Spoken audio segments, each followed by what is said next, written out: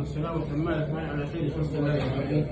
كيف شرفنا في مطعم قاسم، الحمد لله جايين من مكه سبحان الله، واثنى عليه المطعم سبحان الله كان جميل جدا، بالذات الكبده حقيقه والله استمتعنا اليوم.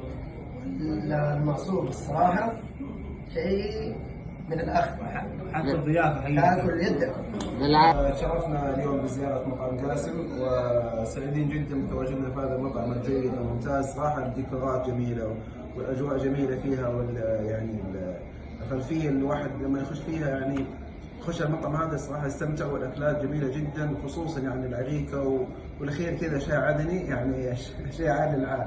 الله يجزاكم خير يا شباب، اللي يعطي مطعم قاسم للمأكولات الشعبية 10 من 10 يرفع يده. الأمانة ما شاء الله تبارك الله تفوق على